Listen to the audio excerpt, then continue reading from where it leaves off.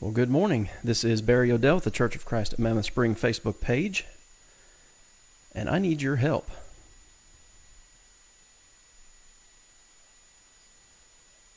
I am having some technical difficulties. Let me know how the audio is. My headphones, I can hear what's going on, and if there's any problems, I can fix it. But for whatever reason, my studio headphones were not working this morning.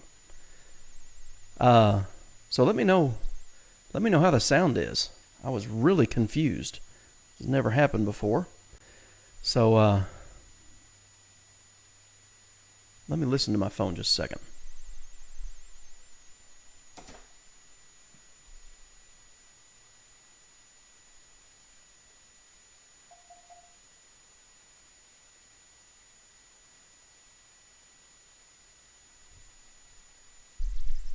Okay, well, I'm getting everybody saying the audio is good. A slight buzzing or static sound.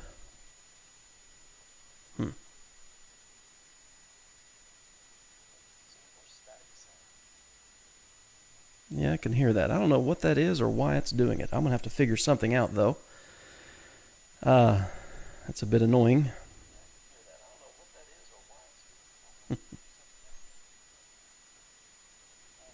All right, guys, we'll get started. We'll just go with it for today, and maybe I can figure something out. So, sorry about the problems. We can still study. All right, as always, if you have any questions or comments while we're going through this study, use the comment section, and I will acknowledge those when I see them. Of course, we're cross-posted onto the Near Churches page, nearchurches.com Facebook page. And if you have any questions or comments there, I will acknowledge those when I see them as well. Like I said, if there is an issue that comes up with the audio specifically, let me know, and we'll try to get it figured out. Like I said, I don't know what the problem is. All right, we'll get started here. Who we got? Janie, good morning. She says she can hear. Deborah, good morning, says the sound is good. Debbie, Gilmore, Brian. All right, well, like I said, I'll try to figure something out and get it all straightened out. We are in the book of Hosea today, and chapters 2 and 3 is what we're looking at. We talked yesterday about the background, the historical background, the fact that there are a lot of contemporaries working together. Good morning, Lyle. Good to see you. These prophets are not in isolation. We talked about, who was it? Hosea, Isaiah, Micah, Amos. All of these guys are contemporary, doing their work at the same time. And so I think that is good to know. And we learn a lot from obviously, there's Gail, obviously from reading the books of Kings and Chronicles, because that's primarily, I would say other than Haggai, Zechariah, and Malachi, the rest of your prophets fall into that period of time. The Kings, the books of Kings and Chronicles. So, you learn a lot more about the kings and their efforts, their works in the books of Kings and Chronicles, but you learn a lot more about the nation, okay, the people of Israel and Judah when you read the prophets. Because again, the prophets, while they do foretell future events, their primary message audience is the people of their day. And the primary message in all of the prophets is a message of repentance. All right? So we particularly see that in the book of Hosea. And one of the things, and we started noting in this yesterday right off the bat, is you have pronouncements of judgment, of captivity, punishment for sin, and then the prophet will turn and say, but there's a day coming when, and there'll be announcements of blessing and things of this nature. So it's good to notice those patterns as we go throughout the prophet. So what we did yesterday, again, we introduced the book of Hosea, and we looked at chapter 1, which, as is the case with most of your biblical books, chapter 1 lays out the the case or the direction for the rest of the book. Let's just say it that way. We're introduced to Hosea. He's told to take a wife who comes from a background of harlotry or prostitution. They have 3 children. The marriage to Gomer, the wife's name, is emblematic of God's relationship with Israel and the constant unfaithfulness, the constant, one of the words that's used is harlotry, adultery. Obviously, we'd be speaking in terms of spiritual adultery in the book of Hosea. They have 3 children born to them, and each of those children's names indicate something in regard to God's relationship with his people Israel. All right? The first one, Jezreel, God will scatter. Well, that's prophetic. That name is prophetic of the scattering of Israel in captivity. Lo Ruhamah, what was that one? No mercy. And then Lo Ammi, no pity. So all of those names give us some indication about the message of this book and the message that God is trying to get across through his prophet Hosea.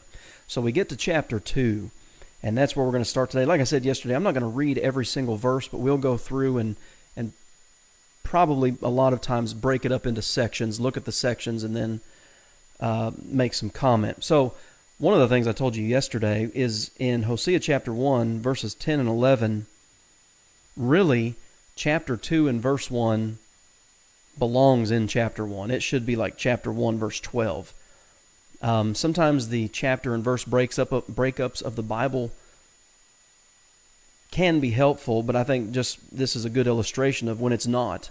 You know, they were done by a man. The chapter and verse breakups are not by inspiration of the Holy Spirit. But the end of that chapter should be, of chapter 1, for great will be the day of Jezreel. Say to your brethren, my people, and to your sisters, mercy is shown. So the children of Hosea and Gomer indicate God's relationship. I'm going to scatter you. I'm not going to have mercy on you. I'm not going to have pity on you. But there's a day coming when that will be the case, when I will gather you back together, when I will have mercy and pity on you. And I think Hosea is a very messianic book, looking ultimately, of course, towards the coming of salvation through Christ. Now, obviously, there would be meaning to the people of that day. You know, they're going to be restored from Babylonian captivity, or I guess you would say Assyrian captivity here. There would still be Jews who are faithful to God, okay? The remnant. We read of the remnant throughout the prophets. But right now, things are not well with them, okay? So we get to chapter 2, and it kind of lays out the case of the unfaithfulness of God's people. And the picture is, just like with Hosea and Gomer, the marriage, okay, the covenant between God and his people. Chapter 2, verse 2, bring charges against your mother. Bring charges, for she is not my wife, nor am I her husband. Now, there are other passages, and I was thinking of one. It's over in Jeremiah. Let me get over here real quick. Jeremiah chapter 3. Jeremiah is much later, about 200 years later, 150 to 200 years after Hosea. The northern kingdom by this time has already been destroyed. Judah is essentially in the processes of being overrun and taken into captivity by the Babylonians. And it was at that time, let me see, Jeremiah chapter 3 and verse 8 says, Then I saw that for all the causes for which backsliding Israel had committed adultery, I had put her away and given her a certificate of divorce. Yet her treacherous sister Judah did not fear, but went and played the harlot also. So you see the division there between northern Israel and southern Israel and Judah. And by that time, God said, I did put away northern Israel. There were consequences for her harlotry, for her spiritual adultery, but Judah should have learned from that. And the fact is, Judah didn't learn from that, and that's why they went into Babylonian captivity, ultimately in 586 BC. Well, here in Hosea chapter 2, again, 150 to 200 years prior to that, God is essentially saying that, listen, this covenant cannot continue with you behaving the way you are. You're not acting like my wife. I can't be your husband. You're going after all these other, as chapter 2 will say it a little bit later, you're going after all these other lovers, which that's a metaphor for their seeking alliances with foreign nations instead of turning to God in faith to deliver them from all their troubles. And so he calls her here in Hosea 2:2, put away your adulteries. Stop doing this, or else, verse 4, or rather verse 3, you will be exposed for the whore you are, for the prostitute that you're acting like. So the rest of the, well, not the rest, but a large portion of Hosea chapter 2 is going to lay out the case for God's saying, you're not acting like my wife, and I can't be your husband the way things are going right now. I will not have mercy on her children, verse 4, for they are the children of harlotry. For their mother has played the harlot. She who conceived them has behaved shamefully. That's Israel's treatment of God. Now, a lot of people take Hosea 2 and verse 5, and they say, well, the 3 children born to Hosea and Gomer were not really Hosea's children. They were born out of, as it says here, harlotry. She's been going around playing the harlot. I will go after my lovers, this is again Hosea 2:5, who give me my bread, my water, my wool, linen, oil, and drink. They give me everything I want and need, and they've given me children. So, that follows the course of chapter 1, when Hosea was instructed to take a wife of a particular background to illustrate God's relationship with his people, his wife, Israel. But they were not, again, just like Gomer, they were not acting like it. So there are, beginning in Hosea chapter 2 and verse 6, God says, there are going to be consequences for this. You cannot just live any way you want to live, commit adultery with anybody you want to commit adultery with, and expect me to continue blessing you. That's just not going to happen. So what ultimately happens is, and we're kind of remembering to look at this as a national view. Okay, this isn't just the individuals, Hosea and Gomer. This is God and his nation, his people, Israel. All right? You're going after all these other nations for their provisions, for their protection, militarily, particularly, and you claim that everything you have is because of them. Okay? But then they turn their back on you, which that's the way politics work. When a nation is done with a particular nation, they can't get anything else out of them, they'll just, they'll go find somebody else who will benefit them politically in terms of power and money, however you want to say it. Well, what's Israel going to do then? All right, well, that's Hosea chapter 2 and verse 7, about the middle of that verse. Then she will say, I will go and return to my first husband, for then it was better for me than now. Israel took God for granted. It's interesting. Okay, we've got God. It's good. It's not good enough, so we'll go to these other nations. They'll make it better. They've made it better. We have everything we want. And then those nations turn their back on Israel, and Israel says, well, it was better when I was with God. There's a word that comes to mind that is descriptive of this, and the word is fickle. They're vacillating. There's no, it's kind of like James chapter 1 says, they're unstable in all their ways. They can't make up their mind. They're not faithful to God.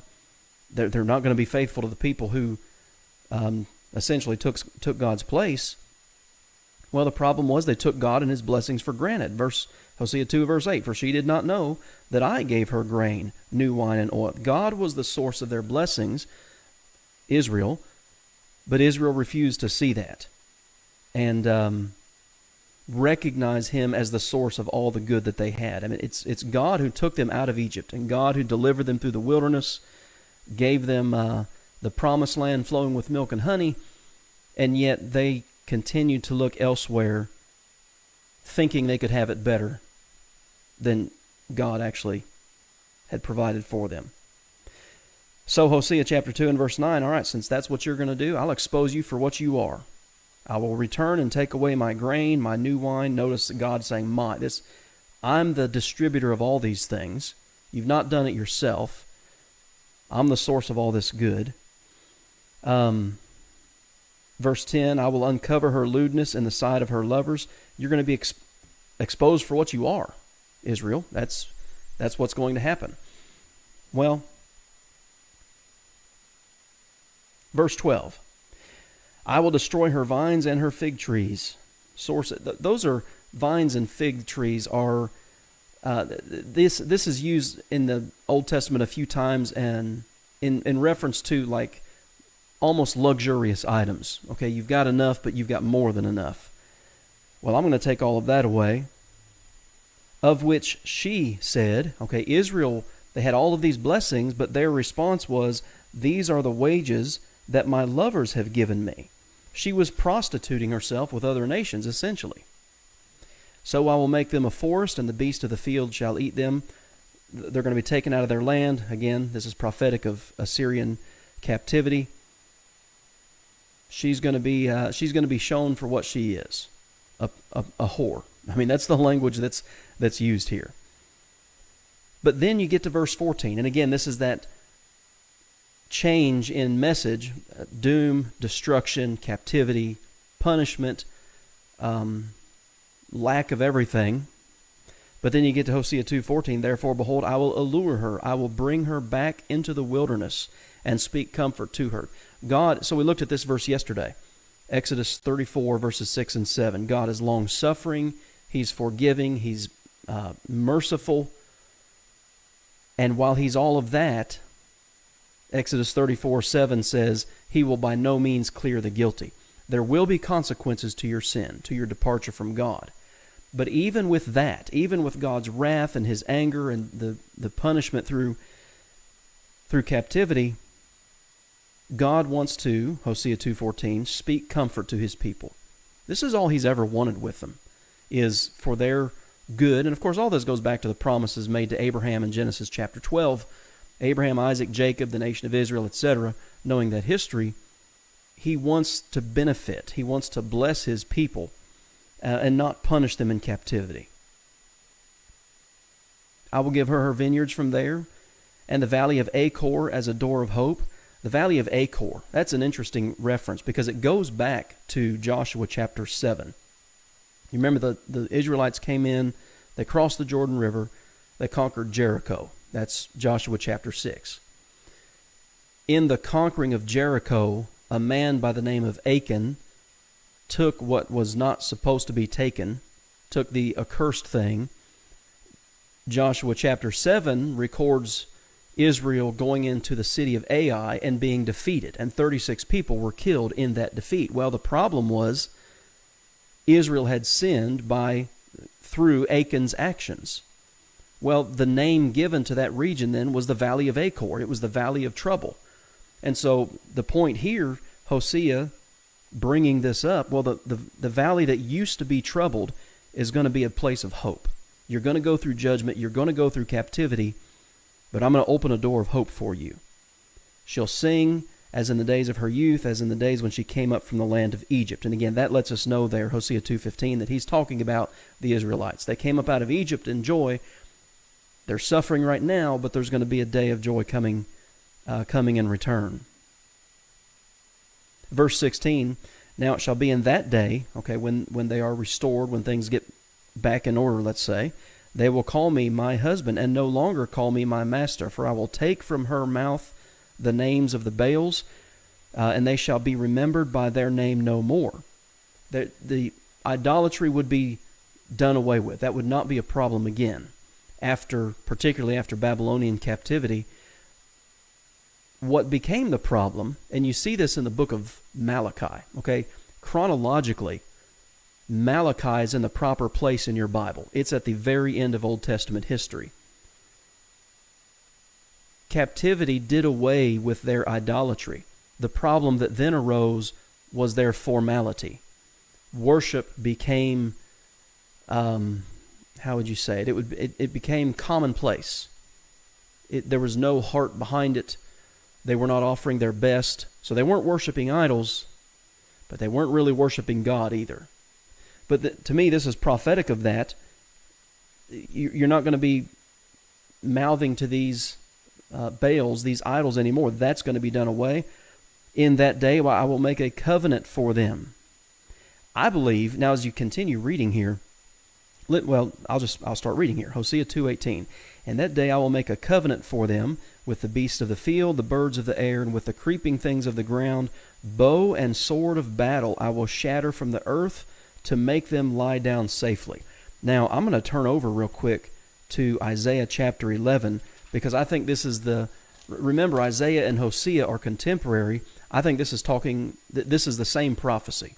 All right, Isaiah is a little more graphic. And what I mean by that is he uses more illustrations. I'll just say it that way. But listen to Isaiah 11, beginning in verse 1. There shall come forth a rod from the stem of Jesse, and a branch shall grow out of its roots. The Spirit of the Lord shall rest upon him, the Spirit of wisdom and understanding. That's a prophecy about Jesus, and there are all kinds of ways we can connect that into the New Testament. But it says, let me get down here. Okay, Isaiah 11:6. The wolf shall dwell with the lamb, the leopard and the young goat, the calf and the young lion and the fatling together. Child shall lead them, the cow and the bear shall graze. So it's a kingdom of peace. This covenant that's coming it's going to be a new covenant. It's like Jeremiah 31 says. It's not like the covenant that I made with them when they came out of Egypt. It's going to be a new covenant, a covenant of peace. So remember, Hosea 2 said, bow and sword of battle will be shattered from the earth. Well, Isaiah chapter 11 says, where is it? Shall beat their sword. Is it Isaiah 11? They shall beat their swords into plowshares, and they won't know war anymore. Maybe that's Isaiah 62. But whatever the case may be, it's a time of peace. It's a time of a new covenant, and they're not going to be dealing with idols anymore. I think I'm thinking of Isaiah chapter 62. But whatever the case may be, Hosea chapter 2, beginning in verse 16, I think is referencing the new covenant and the kingdom of Christ and His reign of peace. It's not a political empire, a military-based kingdom. It's going to be a kingdom of peace. It's not going to fight wars anymore. And Paul says that same thing in Ephesians chapter 6 and verse 12. We wrestle not against flesh and blood, but against principalities and powers and against spiritual wickedness in high places. It's a spiritual warfare. So you don't need a sword to go out and conquer. And then it goes on here in Hosea 2:21, it shall come to pass in that day that I will answer, says the Lord, I will answer the heavens, and they shall answer the earth. And essentially, there are going to be blessings. Now here the language is, grain, new wine, oil. They shall answer Jezreel. Then I will sow her for myself in the earth, and I will have mercy on who had not obtained mercy. Then I will say to those who are not my people, you are my people, and they will say, you are my God. Now that passage, we've already read that at the end of chapter 1. It's quoted in two places in your New Testament. Romans chapter 9, verses 25 and 26, and 1 Peter chapter 2, verses 9 and 10. So that's what helps me understand that from Hosea 2:16 to the end of the chapter, what is the last verse? Verse 23 is referencing the church age, the Messiah, kingdom of peace, etc. Is essentially Peter and Paul referencing these prophecies and applying it to the church. So you're in punishment now, but there's a day coming, there's a new covenant coming when all of that's going to be done away. And see, that's the thing. If you're a member of the church today, you are a benefactor of all that. If you've been baptized into Christ, you are in that kingdom of the kingdom of peace, all right, where there is no warfare and where it's a spiritual kingdom led by Jesus, led by, as Isaiah 11 says, this descendant of Jesse. If you remember, Jesse was the father of David. And of course, we know, from a lot of passages, one I think of is Romans chapter 1 and verse 3, that Jesus was born of the seed of David according to the flesh. Jesus is the son of David. Jesus is the son of Jesse. So putting all those passages together, again, Isaiah 11, Hosea 2, Romans 9, and 1 Peter chapter 2, helps you see the messianic nature of the book of Hosea. Chapter 3, we'll just deal with this one real quick since it's fairly short, but it continues the theme of the messianic kingdom.